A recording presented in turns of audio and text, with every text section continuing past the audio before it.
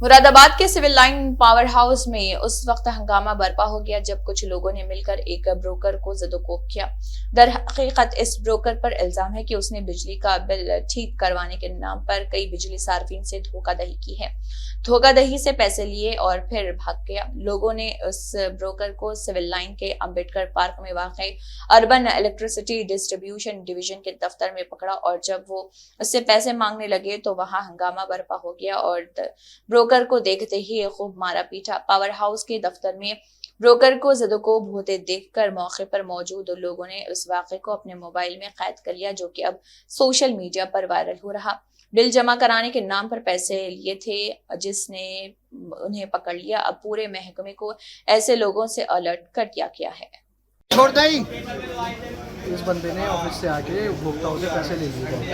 अच्छा, पता नहीं कब लिए, कैसे लिए। अच्छा, उपभोक्ताओं ने इसको विद्युत विभाग का कार्मिक जानते हुए कि ये बिल जमा कराने के पैसे हमसे ले रहा है, इसको दे दिए थे। इसकी ना जानकारी हमें है ना हमारे एक्शन साहब को। सिर्फ उपभोक्ताओं का इसने उत्पीड़न किया है।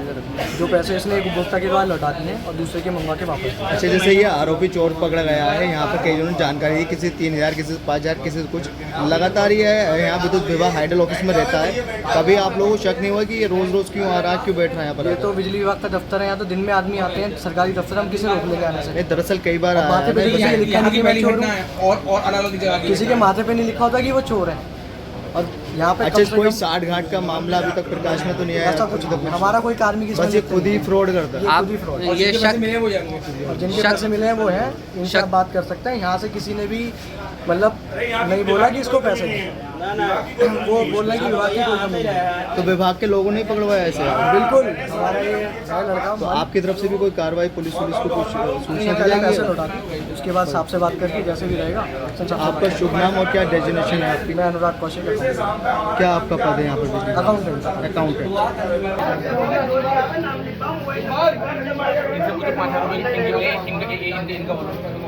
क्या हुआ, क्या मामला है? क्या मामला हुआ है? यार बाबूजी के ऑफिस के सामने कुर्सी डाल के बैठा है, मुझसे बोला बिल जमा करना है। बोले लाओ पैसे, मैंने पैसे दिए। बोले तो आप कहाँ से पकड़ा इसे? क्या कह रहा है अभी? 2-3 दिन बाद। कितने समय पे पैसे दिए थे आपने इसे? कितने दिन हो गए? 3-4 दिन हो गए।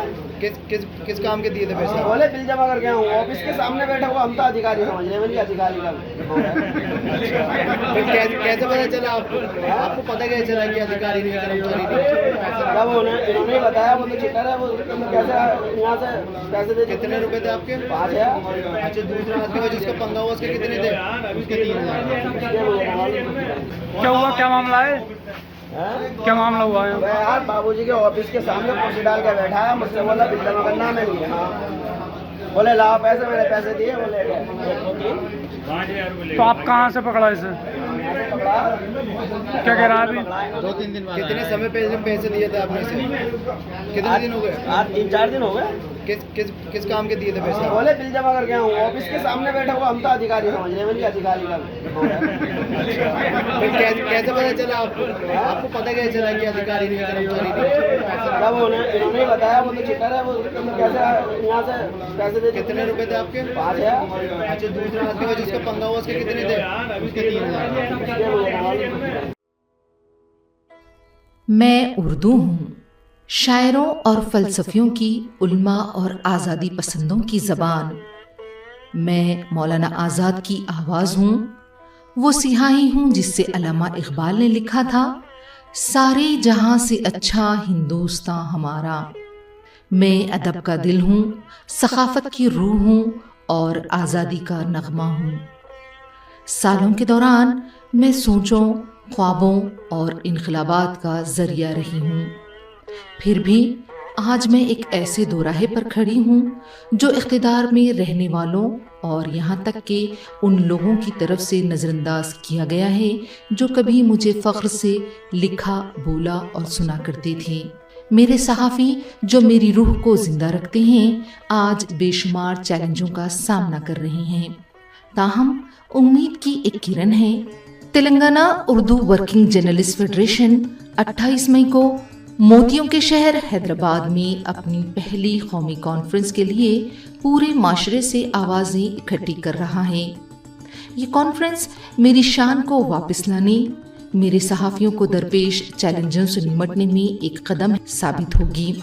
मैं आपको दावत देती हूँ कि हमारे साथ खड़े हों, मेरी हिफाजत और फ़रोग़ के लिए इस सफ़र का हिस्सा बनें।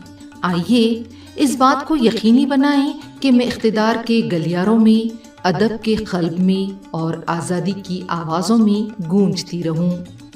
आइए इस बात को यकीनी बनाएं कि मैं तारीख़ के